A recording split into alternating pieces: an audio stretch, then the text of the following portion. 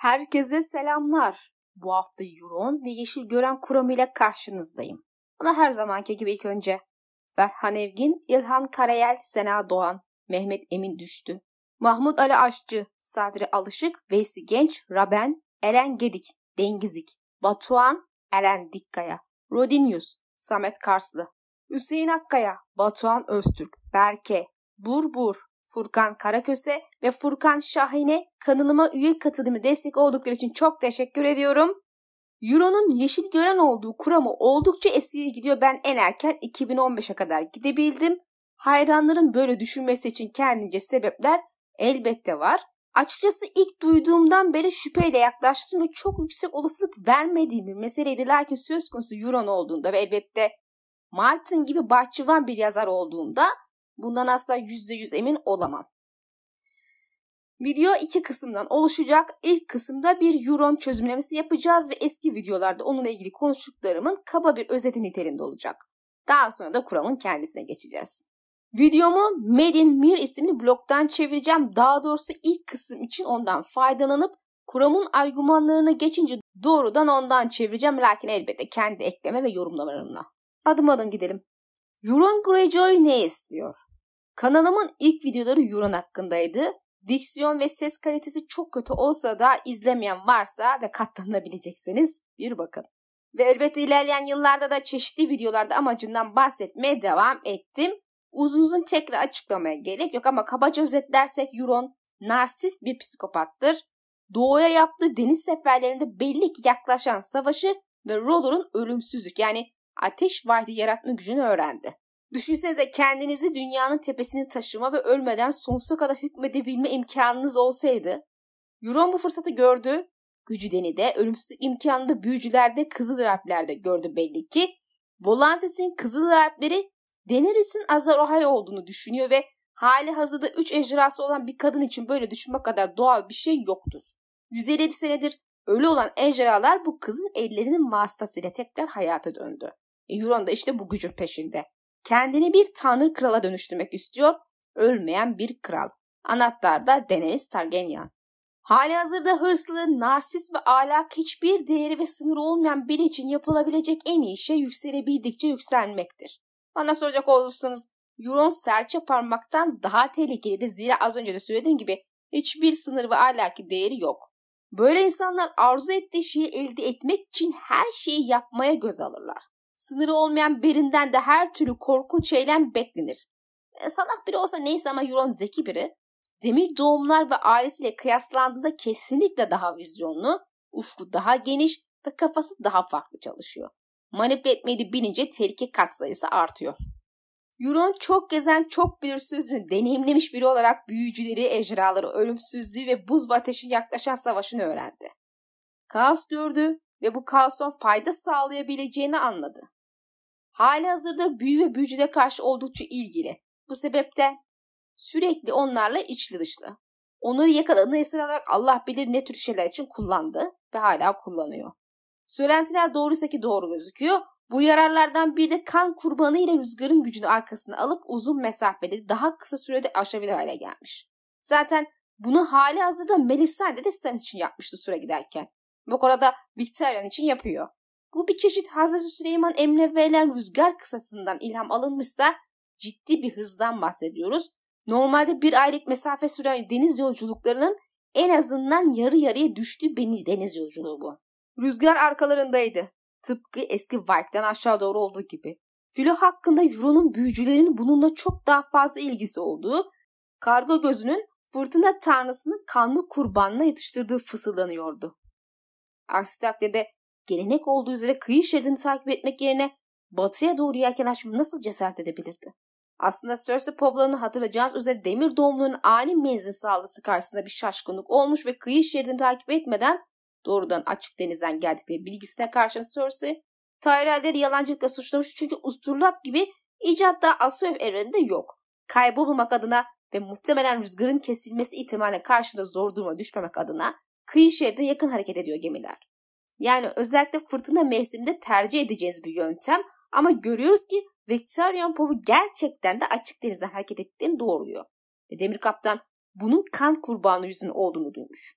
Yüksek ihtimalle doğru. Zaten Euron povlarında kan kurbanı yaptığını görmüştük. Şuraya kadarki anlattıklarımı özetlersek Euron ölümsüzlük ve Westeros, hatta belki de tüm dünyanın kralı olarak demir tahta oturma arzusu olan, bunun için Dany'yi kullanmak isteyen biri.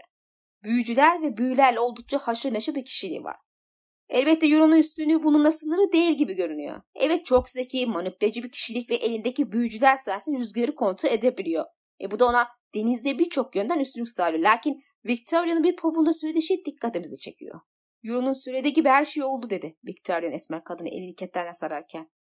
Büyücüleri görmüş olmalı. Sükunette 3 kişi vardı diye fısıldamıştı Quellen Humble. Tuhaf ve korkunç adamlardı ama karga gözü onları köle yapmıştı. Yine de savaşlarında bana ihtiyacı var diye ısrar etti Victorian. Büyücüler iyi ve güzel olabilir ama kan ve hırsızlık savaşları kazandırır. Elindeki büyücülerden birinin Pitebury olduğunu biliyoruz, Dany'nin düşmanı. Ölümsüzler evinin bir üyesi olan bu büyücünün hizmet ettiği ölümsüzler gibi geleceği görme ve gösterme gücü olabilir mi? Bence gayet olası. Karth'ın akşam gölgesi büyücünün şarap olarak bilinir ve onu sürekli içmekle kişiye bazı görü özellikleri kazandırıyor gibi gözüküyor. Euron'un da akşam gölgesi içmeye başladığını ve rahip kardeşine de zor içirdiğini biliyoruz. Sizi bilmem ama Euron ile beraber ortak bir görü görüyormuş gibi geliyor.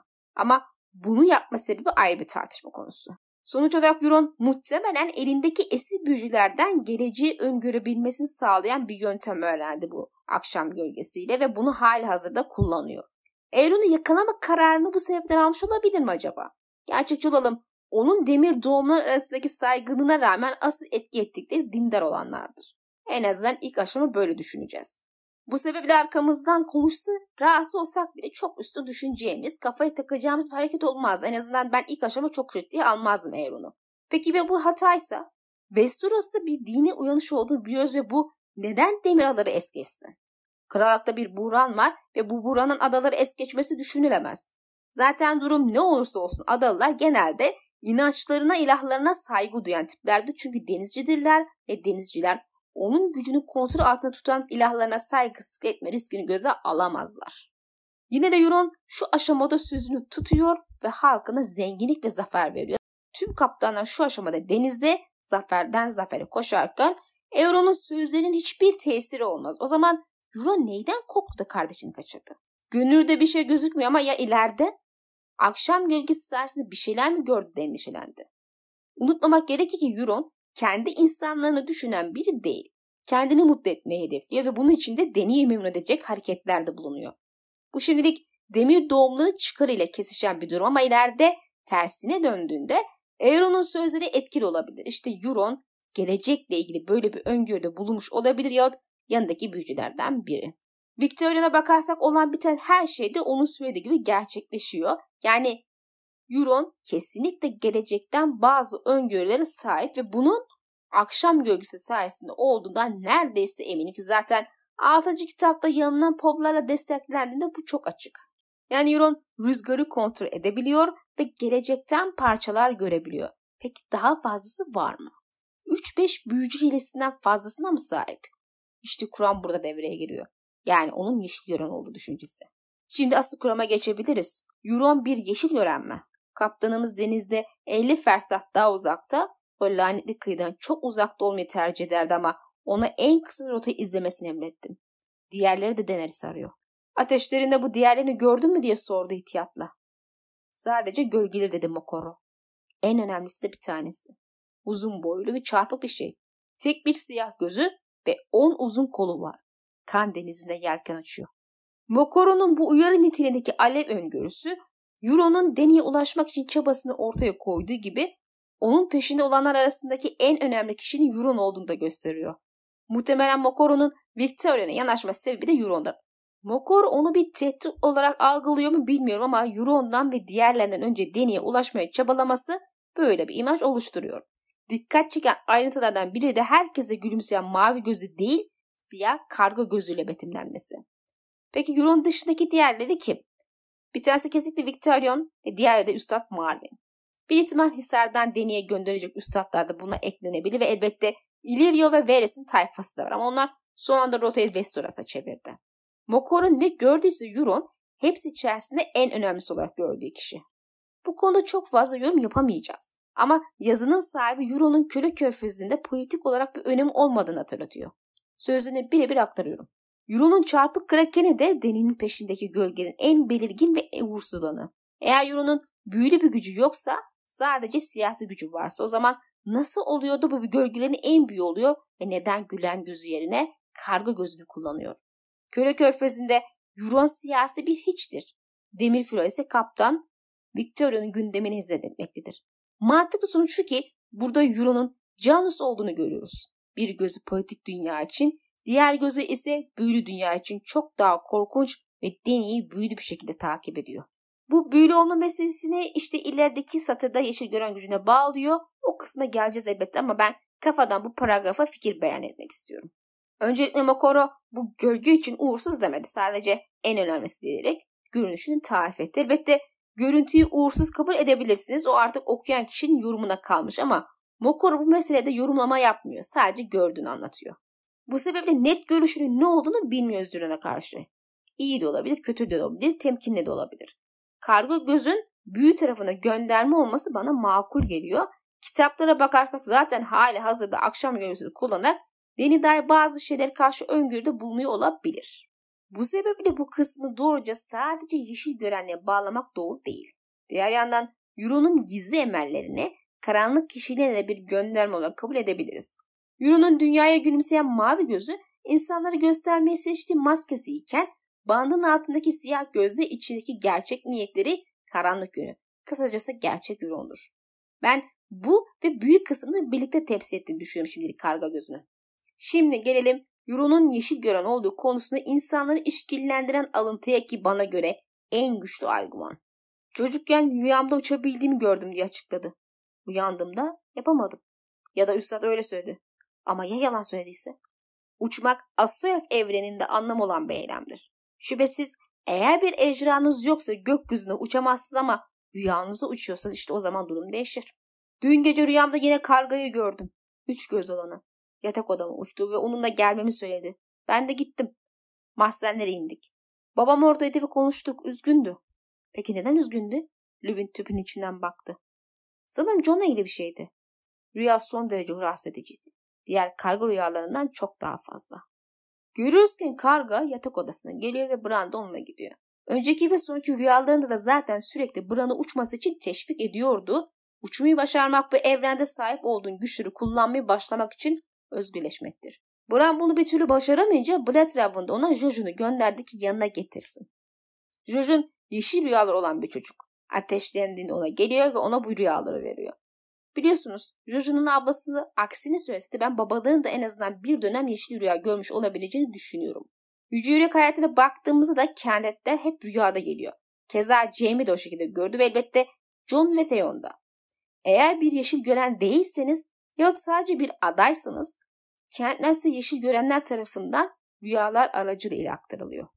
Bundan sonra yazı sahibinin sözleriyle devam ediyoruz. Euron'un seçtiği kelimelerden bu rüyaların tekrarlandığı anlaşılıyor.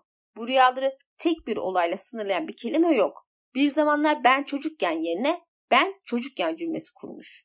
Bran'ın durumunda olduğu gibi alemin üstadı olaya dahil olmuş ve rüyaların sadece rüya olduğunu, gerçek dünyayla hiçbir ilgisi olmadığını söylemiş. Bran neredeyse ölümcül bir düşüş yaşadıktan sonra 3 gözlü karga ile karşılaşır, yani tanışır. Euron da 3 gözlü karga ile ölümcül bir çocukluk hastalığından sonra tanışmış olabilir. Nemli demir adalarda bebek ölümü oranı yüksek. Katı Quellon Greyjoy'un 9 oğlundan sadece 4 yetişkine kadar yaşamıştır. Dolayısıyla genç Euron kolaylıkla üşütmüş ya da ateşlenmiş, ateşli rüyalarında 3 gözlü karga ile karşılaşmış ve yanına gelip onunla ilgilenen üstad da bunu anlatmış ve anlamını sormuş olabilir. Kargaların ve gözlerin Euron için kişisel sembol olarak çok önemli olduğu gerçeğinden kaçış yok. 3 gözlü karga göz bebeklerine büyülü bir 3. göz verir ve Euron gizemli ve tehditkar siyah gözüne karga göz adını vermiş. Kral Şurası konuşmasında kendisini alenen kargalara benzetmiş, karga siyah giyinmeyi sevmiş, gözleri açan büyülü halüsinojenler içmiş ve 2 karga tarafından desteklenen siyah demir bir tacın altında siyah göz bebeği olan kırmızı bir göz içeren kişisel bir sancak kullanmıştır. Gece nöbetçilerine söylenen ya da taş karga dağ klanları ve fırtına kargaları tarafından kullanılan karga imgelerinin aksine bu imgeler tesadüfi olamayacak kadar fazladır. Bir noktada eski ilahlara inanılan bir Blackwood'lu olan Bletrav'ın neden Demirada'da yaşayan boğulmuş ilahın bir takipçisinin yanına almaya çalıştığını sorarak itiraz edilebilir. Bunun basit açıklaması Bletrav'ın üzerine çalışacak çok az kişi olduğudur. Bran uçmayı öğrendikten sonra bir gün Lord Brandon 1000 kişiden sadece biri deri değiştirici olarak doğar dedi. Ve 1000 kişiden sadece biri yeşil gören olabilir. Westeros'a yaklaşık 40 milyon insan olduğu tahmin edilmektedir. Eğer bu doğruysa her nesilde yaklaşık 4000 potansiyel deri değiştirici doğuyor. Ve bunlardan sadece 4 yeşil gören olma potansiyeline sahip. Bu da erken ölümleri, kürtajları, inanmayı reddetmeyi, buna hazır olmamayı, komşuların korkup küçük Warg'ları öldürmesini ve kulağa çok yüksek ve ölümcül bir başarısızlık oranı gibi gelen şeyleri hesaba katmak gerek. 100.000 civarındaki özgür halk çok uzun zamandır bir yeşil gören üretmedi. Bu yüzden eski bir karga olan kan kuzgunu hala bu işe devam eden tek kişi. Bu arada Sur'un güneyinden bir yeşil göreni işe almak son derece zor bir girişim olacaktır. Beletrav'ın yaşayan son yeşil gören olması ve ardından Bran ve arkadaşlarının kuzeye gelmesini sağlamak için tam olarak gerçekleşmesi gereken talihsiz olaylar dizisini düşünün. Beletrav'ın elinde çalışacak çok az insan malzemesi olduğu düşünülürse mümkün olduğunca uzağa bakması ve bulabileceği herkesten faydalanmaya çalışması mantıklıdır. Demiradalar büvet ağacı yigin ilkel devrimi ve ilk insanların yöntemlerine rağmen deri değiştiricilerden nasibini almıştır. Euron, Büyük Viik'in en batı kıyılarında ve ötesindeki dağınık adalarda toprakları olan tuhaf bir halk olan birkaç Farwine tanıyordu. Kayalar o kadar küçüktü ki çoğu sadece tek bir haneye geçindirebilirdi. Bunlardan yalnız ışık en uzaktaydı. Fok ve deniz aslanlarının kolonileri ve sınırsız gri okyanuslar arasında kuzey-batıya 8 günlük yelken mesafesindeydi. Oradaki Farmite'lar geri kalanlardan bile daha tuhaftı. Bazıları onların deri değişlenen olduğunu, deniz aslanları, morslar ve hatta vahşi denizin kurtları olan benekli balinaların formlarını alabilen uğursuz yaratık olduğunu söylerdi. Yani Demiradalar da potansiyel yeşil görenlere sahip ve Bletrav'ın onların mümkün olan her yerde kullanmaya çalışabilir. Euron'a ilham vermede belli bir derecede acımasız büyülü gerçekçi politika olabilir. Yaptığı vahşetler istemeden ötekilere karşı mücadele yardım etmesiyle gölgede kalabilir ancak Bletrav'ın neyle uğraştığını bilmediği de eşit derecede olasıdır. Euron o zamanlar sadece bir çocuktu ve Demiradalarda geleceğe bakılabilecek hiçbir büyüet ağacı yoktu. Dalla ve Val büyünün kabzası olmayan bir kılıç olduğunu, kavramının güvenli olmadığını söylemeyi severler.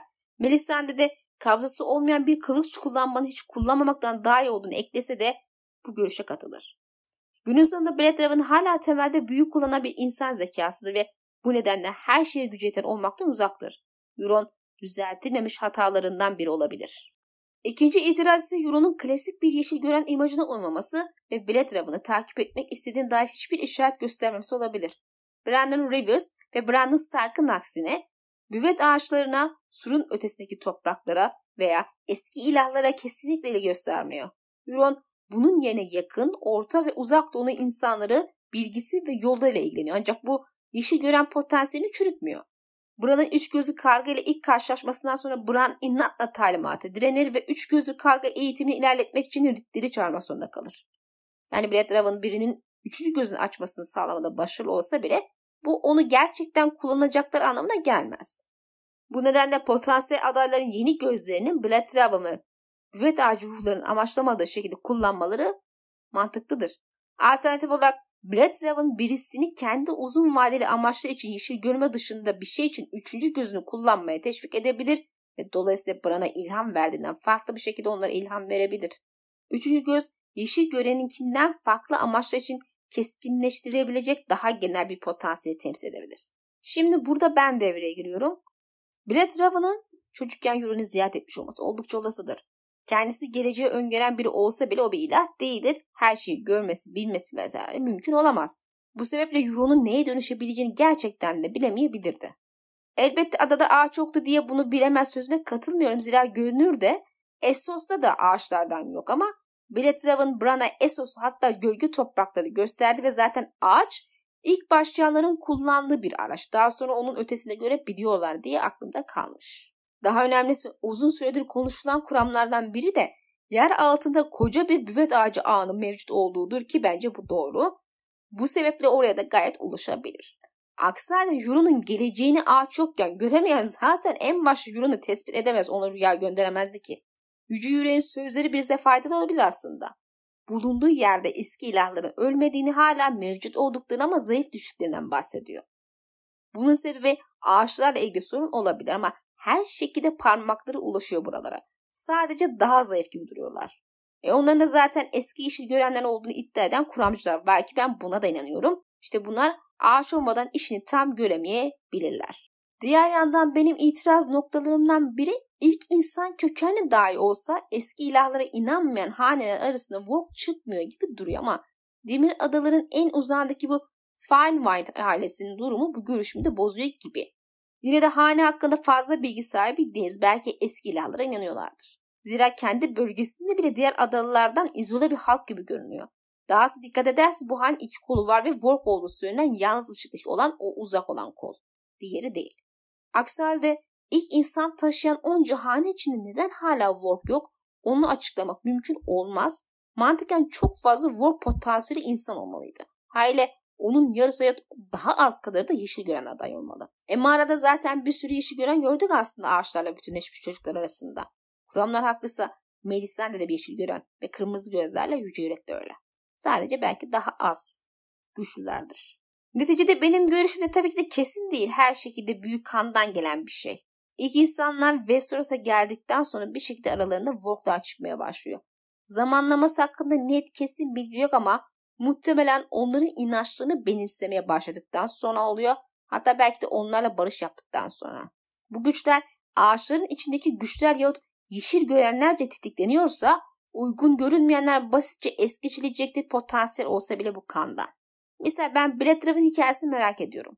Hayatının hangi noktasında eski ilahlara inanmaya başladı? En başından beri mi yoksa sonradan mı?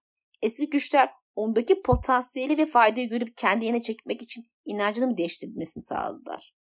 Annesi tarafından yetiştirildiği için en başından beri onun inancına sahip olabilir elbette. Neticede muhtemelen adiyeti Targaryenler olduğu kadar Blackwood'lara da.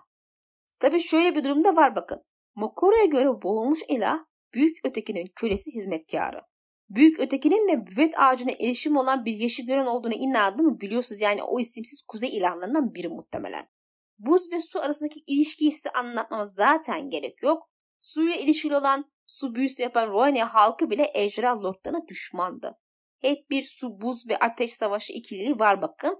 Hayli Vorkluk yeteneği bu vasıtayla kurulmuş da olabilir. Neyse buradan çıkalım, zira kesin cevap üretmek çok zor. Konuştukça da konuşmaya devam ederiz. Benim bir diğer itiraz noktam yeşil görenlerin deri değiştiren arasından seçilmesi. Euron bir deri değiştiren değil arkadaşlar.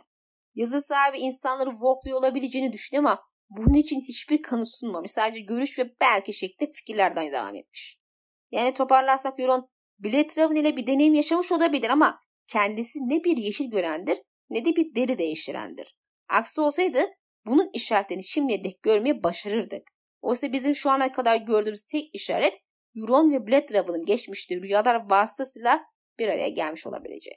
Hayli burada benim çıkarımım devreye giriyor. Madem Euron bir potansiyel deri değiştiren ve yeşil gören gücüne sahip değil, Beletraven onunla hangi amaçla iletişime geçmiş olabilir eğer geçtiyse? Buna net cevap vermek tabii ki de şüphesiz güç, zira Beletraven'ın planları hakkında hiçbir şey bilmiyoruz. Sadece Bran ve Jon'un üstüne oynadığını ve yaklaşan savaşa hazırlandığını biliyoruz. Lakin Euron'a yeşil gören olsun diye yaklaştığını ben düşünmüyorum. Bana kalırsa Jojen'a yaptığı gibi ona yeşil rüyalar vermek için yaklaşmış olabilir. Neticede deri değişeni olmayan biri için bir yeşil görenin ilgisi ancak bu şekilde açıklanabilir. Tabi ya Euron bir noktada inançsızlık yapıp direndi ve Beletraven'ın elini çekti ya da bir noktada hata yaptığını anlayıp ondan uzaklaştı ama Euron'da bir iz bıraktı ve sonucunda da bugünlere gelmesinde bir etkisi oldu. Tabi aklıma bir senaryo geliyor yaklaşması bilgi başka ama dedim ya, tamamen bir senaryo, kitaplardan kanıt olarak sunulacak hiçbir şey yok ama belki hoşunuza gidebilir ya da gitmez. Beletraven hakkında da bazı şüpheler var. Ötekilere mi hizmet ediyor yoksa gerçekten de insanlardan mı yana? Bu iki olasılıktan hangisi gerçek olursa olsun. Daenerys buz ve ateşin savaşında tehditlerden biridir onun için. Jon'un üstüne de eşit derecede oynadığını düşünürsek onun için planları var Beletraven'ın ve Dany bunun için muhtemelen engel bir kişi. Zaten Mavi Gül'ün tatlı koku yayarak Dany'e ölüm işareti yapılmasına bakarsak Jon da Dany için bir engel ve tehdit. Haliyle Daenerys bir şekilde yok edilmek zorunda ama bakıyoruz ki arkasında büyük bir güçle geliyor ve Kızıl Harbiler yani R'ollor tarafının tüm desteği de yanında. Eğer Brett Raven Euron'un Dany üstünde kurduğu geleceği öngörme başardıysa ta o dönemlerde belki de tüm amacı aslında Euron'u Dany'nin üstüne salmaktır. Önceki videoda Euron'un Dany'nin geleceği için de tehdit olduğunu söylemiştim çünkü üstündeki etkisi ve yaratacağı sonuçlar onun da felaketine sebep olacak. Bir düşmanı yok etmenin en kolay yolu içeriden saldırmaktır. Euron gibi biri de Dany'yi yiyip bitirdiğinde tehdit zayıflayacaktır ya olası öngörülerden biri bu olmuş olabilir. Neticede Euron'un yeşil gören ya deri deşten olmadığı bence bariz. O muhtemelen Brett Raven'ın kendince sebeplerle yeşil rüya göndermek ve kullanmak istediği bir çocuk olabilir. Ama ya bir sebepten vazgeçmiştir ya da zaten yapacağını o zaman yapmış amacına ulaşmış olabilir. Elbette bir diğer olasılık da böyle bir etkileşim hiç gerçekleşmemiştir. Tamamen bizim uydurmamız. Öyle veya böyle hiçbir büyü gücünün olmadığını zaten büyücülere kafayı takıp büyü ve güç sahibi olmaya takmasından anlıyoruz. Yeşil gören olsaydı zaten yahut işte yeşil rüya yeteneği şu an akşam gölgesinin zaten halihazırda ihtiyacı olmazdı. İnsan ne diye sahip olduğu bir güç için arayışa girsin ki? Tabii fikir güzel ve insanlar böyle düşünmekte çok temelsiz değil lakin ayrıntılar bize böyle olmadığını gösteriyor. En azından fikir olarak belki tohumu atmışsa da Martin sulamadan solmuş olabilir. Bitirmeden önce araya Euron ile ilgili başka bir kuram sıkıştırmak istiyorum. Yine uzun süredir kendisinin Azar Ahai olabileceğini düşünen okuyucular da varmış. Aslında durum tamamen Melisandre'nin bahsettiği kehaneti ona uyarlamaya çalışmasıyla doğmuş bir şey. Tuz ve dumandan doğması zaten onun demir doğumlu köklerine vurgu ve duman kısmında Valeria'ya gitmesine bağlamışlar. Taştan ejderha uyandırma işini ise zamanında sahip olduğu ejderha yumurtasını atmadığı ve toplu bir kurbanla bu işi başarabileceğine dair bir öneride bulunuyor. Kılıç meselesi zaten daha hiçbir adayda gerçekleşmediği için ellerde kendini belki belli edecek falan diyor. Yani aslında tinfoil bir kuram bu. Temeli sağlam değil ve kendi sağa sola çekiştirilmiş. Tuz ve duman içinde doğmak ya ilk doğumu ya da ölüp dirilme sonrası yahut mecazen yeniden doğuşu simgeleyecek bir şey ki bu tuz ve duman ayrı ayrı yer ve vakitlerde değil, aynı anda olması gerektiği cümle bağlamında zaten belli. Bir kişi önce tuzdan daha sonraki dönemde de dumandan tekrar doğmaz ki, doğamaz. Taş ejderha kurban vermekle kolayca çıkıyor olsaydı da 150 sene boyunca deneyen herkes bunu başarmış. Özellikle Targaryenler. Taş ejderha zaten Daenerys tarafından uyandırıldı. Kaldı ki Euron'un ateş ile olan yegane bağlantısı onun Dany ve ejderhanın takıntısından geliyor. Yoksa kandan gelen bir şey yok. Oysa Roller'ın şampiyonu ateş hanesinden olmalı. Yüce Yürek bile prensin Targaryen hanesinden doğacağını söylemişti. Yani en güçlü adaylar Jon ve Daenerys. Bir üçüncü adayımız yok arkadaşlar. Peki siz genel olarak ne düşünüyorsunuz? Bizimle paylaşın. Videomuz burada sona eriyor. Genel fikrinizi lütfen yorumda belirtin. Videomuzu paylaşıp beğenmenizi rica ediyorum. Yeni bölümleri kaçırmamak için kanalın zil sekmesi açmanızı tavsiye ederim. Unutmayın ki sizlerin maddi ve manevi desteği kanalın büyümesi ve video yapmaya devam için bana motive veriyor. Sonraki bölümde görüşmek dileğiyle Allah'a emanet olun.